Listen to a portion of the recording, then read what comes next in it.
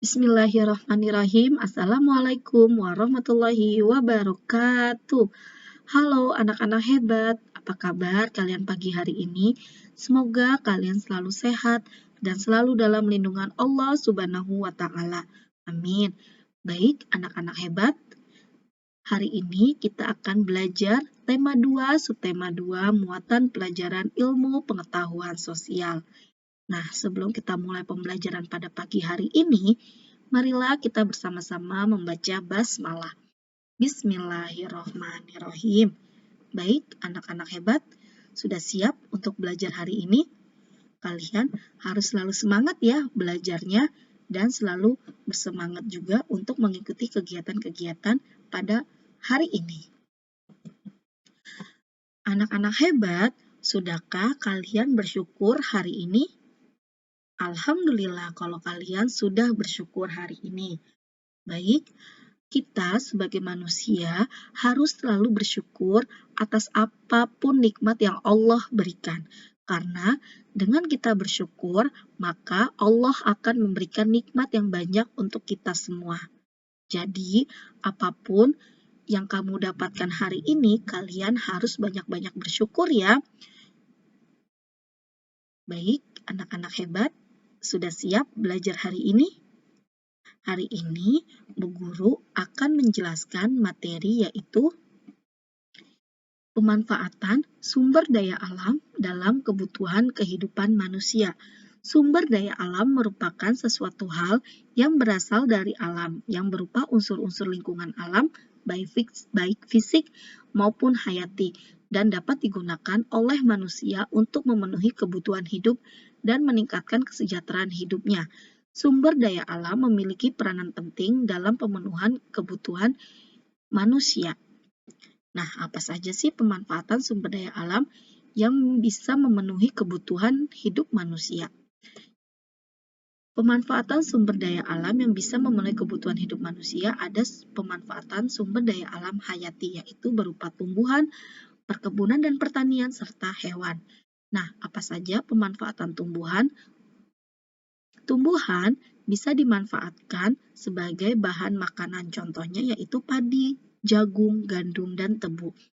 Tumbuhan juga bisa dimanfaatkan untuk bangunan, yaitu contohnya kayu jati dan kayu mahoni. Selain itu, tumbuhan juga bisa dijadikan sebagai bahan bakar, contohnya yaitu kelapa sawit. Selanjutnya, perkebunan dan pertanian. Hasil pertanian bisa dimanfaatkan contohnya seperti padi, jagung, kedelai, sayuran, palawija, pohon, dan buah-buahan. Sedangkan hasil perkebunannya yang bisa dimanfaatkan contohnya seperti karet, kelapa sawit, tembakau, kapas, kopi, dan tebu. Selanjutnya, pemanfaatan hewan. Hewan bisa dimanfaatkan untuk membantu pekerjaan berat manusia. Contohnya seperti kerbau yang digunakan untuk membajak, kuda sebagai alat bantu transportasi, gajah sebagai alat bantu angkut di berbagai daerah. Selain itu, hewan juga bisa dimanfaatkan sebagai sumber pangan. Nah, inilah pemanfaatan sumber daya alam hayati. Selanjutnya adalah pemanfaatan sumber daya alam non-hayati. Pemanfaatan sumber daya alam non-hayati ini terbagi menjadi 4, yaitu ada angin. Angin dimanfaatkan untuk membantu penyerbukan tanaman. Selain itu, angin juga dapat membantu uap air bergerak ke daratan dan menjadikannya hujan. Angin juga dimanfaatkan sebagai sumber energi listrik. Yang kedua yaitu air. Air dapat digunakan untuk keperluan domestik seperti untuk memasak, minum, mencuci. Selain itu, air juga digunakan sebagai bahan dasar industri makanan, minuman, penambangan, aset pariwisata, dan rekreasi. Selain itu juga, air juga dapat digunakan untuk sumber listrik. Yang ketiga ada tanah. Tanah dimanfaatkan untuk pembangunan rumah tinggal dan bangunan lainnya seperti gedung, lapangan, dan lainnya. Tanah juga dijadikan tempat menyerap dan menyimpan air hujan. Selain itu, tanah juga dijadikan tempat tumbuhnya segala jenis tanaman. Yang keempat adalah hasil tambang. Bahan dasar infrastruktur aspal, bahan bakar kendaraan bermotor, sumber energi, contohnya seperti batu bara, gas cair, minyak tanah, atau sebagai perhiasan yang bisa dijadikan perhiasan, contohnya seperti emas, perak, dan berlian. Serta hasil tambang logam lainnya yaitu yang bisa dimanfaatkan, contohnya seperti biji besi, boksit, yodium, nikel, marmer, dan lainnya. Nah, inilah pemanfaatan sumber daya alam non-hayati. Pemanfaatan sumber daya alam dalam kegiatan hidup manusia. Kita perlu bersyukur atas karunia energi yang melimpah di negara kita, yang dapat dimanfaatkan untuk kemajuan negara. Selain energi, negara Indonesia juga kaya dengan sumber daya alam yang tersebar di setiap daerahnya. Sumber daya alam dimanfaatkan oleh masyarakat untuk meningkatkan kesejahteraan hidupnya. Karena itu, persebaran sumber daya alam akan mempengaruhi jenis kegiatan ekonomi di suatu wilayah. Pemanfaatan sumber daya alam harus dimanfaatkan dengan bijak agar generasi yang akan datang bisa merasakan sumber daya alam yang ada di alam ini. Berikut ini kegiatan-kegiatan yang memanfaatkan sumber daya alam yang bisa dilakukan oleh manusia. Kegiatan yang pertama ada kegiatan pertanian padi. Sumber daya alam yang digunakannya yaitu ada matahari, air, tanah, udara, kotoran hewan, dan kerbau. Matahari dimanfaatkan oleh pertanian padi untuk pertumbuhan padi, pembangkit listrik, dan memerangi lingkungan. Sedangkan air dimanfaatkan untuk mengairi lahan pertanian. Tanah dimanfaatkan sebagai media tanam padi dan tumbuhan lainnya, sedangkan udara dimanfaatkan sebagai sumber karbon dioksida untuk berfotosintesis dan oksigen untuk pernafasan makhluk hidupnya. Kotoran hewan dimanfaatkan sebagai pupuk tanaman dan kerbau dimanfaatkan oleh kegiatan pertanian padi ini sebagai bahan makanan dan sumber tenaga bagi para petani.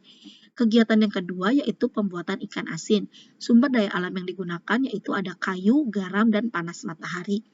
Kayu dimanfaatkan untuk bahan membuat anyaman tempat pengeringan ikan, sedangkan garam dimanfaatkan untuk mengawetkan ikan asin, sedangkan panas matahari dimanfaatkan oleh pembuatan ikan asin untuk mengeringkan ikan asin tersebut. Kegiatan yang ketiga yaitu pembuatan pakaian. Sumber daya alam yang digunakannya yaitu kapas, logam, dan plastik. Kapas dimanfaatkan oleh pembuatan pakaian sebagai bahan baku pembuatan kain dan benang. Sedangkan logam dimanfaatkan sebagai bahan baku pembuatan jarum jahit, gunting, dan meja jahit. Sedangkan plastik dimanfaatkan sebagai bahan baku pembuatan kancing. Selanjutnya, kegiatan yang keempat yaitu kegiatan transportasi. Sumber daya alam yang digunakan yaitu logam dan minyak bumi. Logam dimanfaatkan oleh kegiatan transportasi untuk bahan pembuatan alat transportasi. Sedangkan minyak bumi dimanfaatkan oleh kegiatan transportasi sebagai bahan utama pembuatan bahan bakar. Kegiatan yang kelima, pembuatan patung. Sumber daya alam yang digunakan yaitu tanah, kayu, batu, besi, atau baja. Tanah, kayu, dan batu biasa dimanfaatkan oleh pembuatan patung sebagai bahan baku pembuatan patung, sedangkan besi atau baja bisa dimanfaatkan oleh pembuatan patung untuk bahan baku untuk membuat pahatan patungnya. Nah, inilah kegiatan-kegiatan manusia yang memanfaatkan sumber daya alam yang ada di alam ini.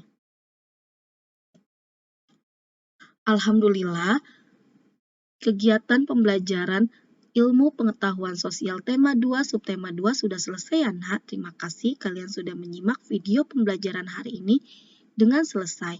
Semoga apa yang Bu Guru sampaikan bermanfaat untuk kalian semua.